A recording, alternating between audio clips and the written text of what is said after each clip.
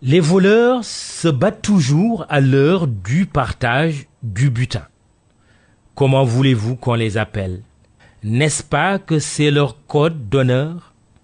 Plus ils parlent de bradage foncier sur le domaine maritime, notre patrimoine commun, plus ils s'enfoncent. Les rancunes foncières sont meurtrières, surtout quand elles ont pour théâtre l'Atlantique. Car les aveux sont circonstanciés.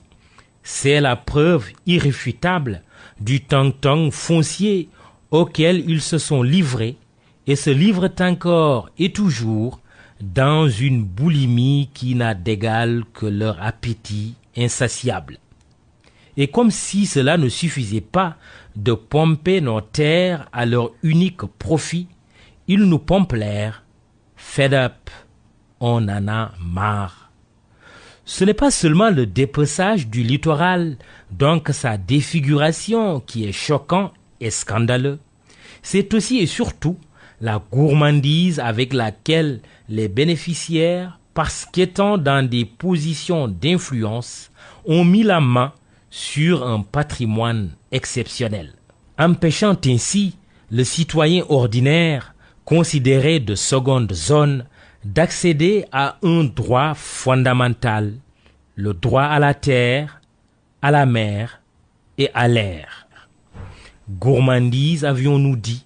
Franchement, que fait-on avec des dizaines de milliers de mètres carrés pour juste un usage d'habitation quand 150 à 300 mètres carrés suffisent largement à notre bonheur? Pire, il y en a parmi les heureux élus de la terre qui se livrent à de l'escroquerie pure et simple. Le chat a un nom, chat, tout simplement. Le modus operandi de ces écumeurs consiste à demander d'importantes assiettes foncières sous prétexte de raisons industrielles, faux prétexte bien entendu.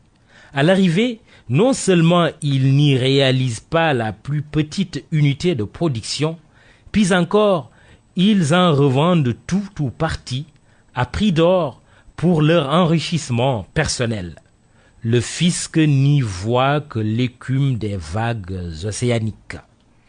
Vous voulez être riche, Johnny, ici et tout de suite? Alors la spéculation foncière est la voie la plus rapide, la voie royale même. Une véritable industrie de l'escroquerie s'est établie dans notre pays avec la complicité coupable de l'État du Sénégal. Une vraie situation de rente sur nos têtes et nos terres. Et dans ce contexte, l'État complice ose demander aux badaules, crève la faim, de se suffire du projet des 100 000 logements sociaux, qui tarde d'ailleurs à sortir de terre. Fracture sociale, injustice sociale. L'information majeure du Conseil des ministres de ce mercredi est moins le fait que le président de la République ait tapé sur la table en invitant ses ministres à veiller au respect des règles de gestion foncière au plan national. L'information, la vraie, est que l'État avoue encore son laxisme. Si sa ligne de défense est de dire « je n'étais pas au courant », c'est déjà une faute grave. Mais elle serait encore à la fois grave et lourde si l'excuse consiste à confesser « j'étais au courant, mais je ne pouvais rien faire ». Double faute, impardonnable. Il a fallu donc au gouvernement, avant qu'il ne se réveille, que le volcan endormi des Mamelles menace lui-même de se réveiller sous les coups des bulldozers. Mais bon, il n'est jamais trop tard pour se remettre d'aplomb. Il fait jour sur le tang-tang foncier. Rendons grâce à la lumière du phare des Mamelles.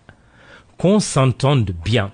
Le propos n'est pas de soutenir qu'il faut se contenter de contempler la terre tourner autour du soleil en se gardant de toute mise en valeur.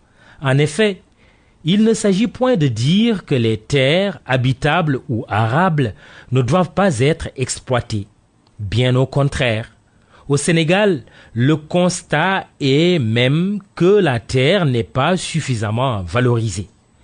Le domaine public maritime ne devrait pas y échapper, pourvu seulement que toute entreprise de valorisation soit organisée par l'État, à défaut d'être de son fait exclusif.